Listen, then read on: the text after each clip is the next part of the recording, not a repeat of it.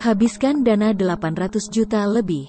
Jalan jurusan Logan ke Sinar Pagi Kecamatan Siempat Nempu Hilir tetap membahayakan keselamatan pengguna jalan. Badan jalan mulai dari Simpang Logan ke Sinar Pagi hampir putus karena gerusan air yang saat ini sudah merubah saluran drainase menjadi jurang besar menganga yang siap menelan korban setiap saat. Kondisi ini terlihat hampir 100 meter sepanjang jalan mulai dari Simpang Logan menuju Sinar Pagi Kecamatan Siempat Nempu Hilir Kabupaten Dairi. Sumber kami menyebutkan bahwa kondisi jalan yang membahayakan ini terjadi sejak 1 tahun yang lalu akibat gerusan air bila hujan turun. Karena lama tidak ada penanganan hingga terjadi seperti kondisi sekarang ini. Pantauan media ini di lapangan terlihat para pengguna jalan yang menggunakan kendaraan roda 2 dan roda 4 harus sangat ekstra hati-hati melewati jalan ini karena gerusan air saat ini sudah menyisakan badan jalan hampir hanya kira-kira 1 meter saja. Untuk mengembalikan fungsi jalan ini, maka pada tahun anggaran 2020 pemerintah Kabupaten Dairi melalui Badan Penanggulangan Bencana Daerah atau BPBD telah menganggarkan dana sebesar Rp830.400.000. Dana tersebut digunakan untuk melakukan rehabilitasi dinding penahan tanah dan perbaikan trase jalan jurusan Logan ke Sinar Pagi Kecamatan Siempat Nempu Hilir yang dikerjakan oleh Civi Asto. Berdasarkan pantauan di lokasi pelaksanaan kegiatan ini dilakukan dengan membuat bangunan gabion atau yang sering disebut dengan bronjong. Pembuatan bronjong ini dilakukan di 2 lokasi. Lokasi pertama dibuat di Simpang Logan dan titik kedua berada di Barisan Malim Dusun 5. Banyak kejanggalan yang kami temukan pada bronjong tersebut yakni kawat bronjong yang digunakan bukan unit tunggal seperti yang dipersyaratkan pada kontrak kerja. Ukuran lubang bronjong yang digunakan ada yang mencapai 20 cm x 40 cm, padahal yang dipersyaratkan adalah 8 cm x 9 cm. Lilitan kawat bronjong ada yang hanya 2 lilitan, padahal yang dipersyaratkan harus 3 lilitan. Kawat bronjong yang digunakan seharusnya unit tunggal, namun yang digunakan pada pekerjaan ini bukan bronjong unit tunggal.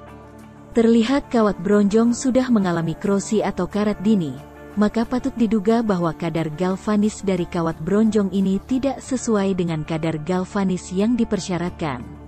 Selain itu, material batu belah yang digunakan untuk mengisi bronjong ini terlihat banyak yang kosong.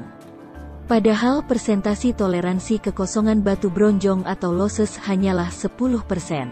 Melihat kondisi ini maka material kawat bronjong yang digunakan pada pelaksanaan pekerjaan ini bukanlah pabrikasi. Karena itu patutlah diduga kuat mutu kawat bronjong tersebut tidaklah bermutu SNI sebagai standar mutu di Indonesia sebagaimana yang dipersyaratkan pada kontrak kerja. Maka umur bronjong ini berpotensi tidak akan mencapai umur bangunan gabion yang telah direncanakan dan ditetapkan pada kontrak kerja atau gagal umur dan gagal mutu. Ditemukan ukuran panjang bronjong ini dari tingkat dasar atau pondasi hingga ke tingkat di atasnya tidak sama. Ada yang 20 meter dan ada juga yang hanya 5 meter. Ukuran trase bronjongnya juga tidak sama.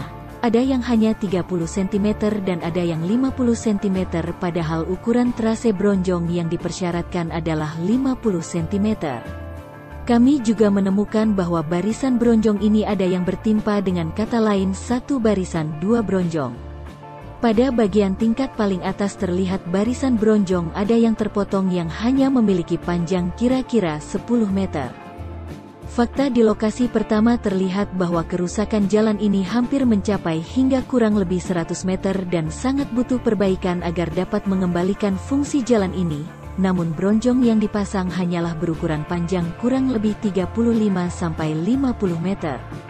Karena itu kami menduga bahwa telah terjadi pengurangan volume bangunan bronjong pada pelaksanaan pekerjaan ini atau paling tidak kami menduga bahwa pekerjaan ini belum selesai dikerjakan sesuai dengan volume bangunan dan bestek yang tertuang pada kontrak kerja dari pelaksanaan pekerjaan ini. Seorang sumber kami mengatakan bahwa semua kegiatan di BPBD Kabupaten Dairi tahun anggaran 2020 sudah dibayar lunas. Dengan demikian pelaksanaan pekerjaan ini sudah dibayar lunas padahal patut diduga kuat tidak selesai dan spesifikasi material dan volume bronjong patut diduga kuat tidak sesuai dengan yang direncanakan dan ditetapkan pada kontrak kerja dari pelaksanaan pekerjaan ini. yang berpotensi tentu dapat menimbulkan kerugian keuangan negara atau daerah. Nur Eliah Capah dan TRPF melaporkan dari Kecamatan Siempat Nempu Hilir, Kabupaten Dairi untuk Anda.